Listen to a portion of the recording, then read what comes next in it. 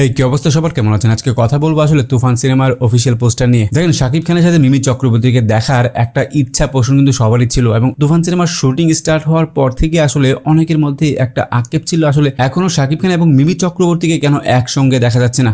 এই আক্ষেপটা যাদের ছিল আমার মনে হয় সেটা পূরণ হয়ে গেছে।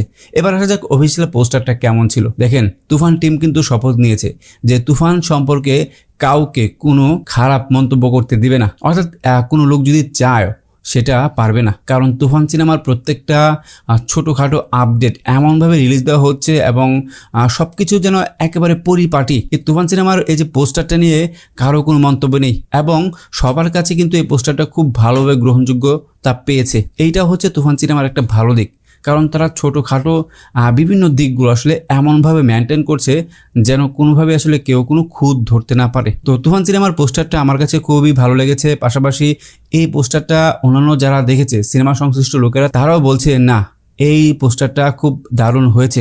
আর বিশেষ করে আসলে মিমি চক্রবর্তীর সাথে শাকিব খানের কে কেমন লাগে এই ব্যাপারটা ছিল আসলে খুবই ইন্টারেস্টিং। দেখেন, এই পোস্টারটার জন্য অনেকে মুখিয়েছিল এবং পাশাপাশি মিমি চক্রবর্তীর যে ফ্যান ফলোয়ার ছিল তাদেরও একটা আক্ষেপ ছিল শাকিব খানের সাথে মিমি চক্রবর্তীকে কখন দেখবো, কখন তারা একসাথে আসলে পর্দায় হাজির হবে। তো এই পোস্টারটা আমার মনে হয় সেই আশাটা পূরণ করে দিয়েছে এবং পোস্টারটা দেখে যা মনে হয়েছে যে না, দুজনকে কিন্তু বেশ ভালোই লাগছে।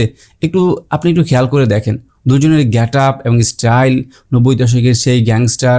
এবং আমার মনে হয় মেবি আসলে এই পোস্টারটা নেওয়া হয়েছে একটা গানের শুটিং থেকে। দেখেন, মিমি চক্রবর্তীর যে গেট আপ অথবা স্টাইল সেটা কিন্তু আসলে গানের শ্যুট থেকে নেওয়া হয়েছে, এরকমটা কিন্তু স্পষ্টই বোঝা যাচ্ছে। তো এই পোস্টারটা আপনাদের কাছে কেমন লাগলো অবশ্যই কমেন্টস করে জানাবেন। আর শাকিব খানের সাথে মিমি চক্রবর্তী এই ব্যাপারটাকে আপনি কিভাবে দেখছেন তুফান সিনেমায়, এটাও কমেন্টস করে জানাবেন। ধন্যবাদ সবাইকে ভিডিওটি দেখার জন্য।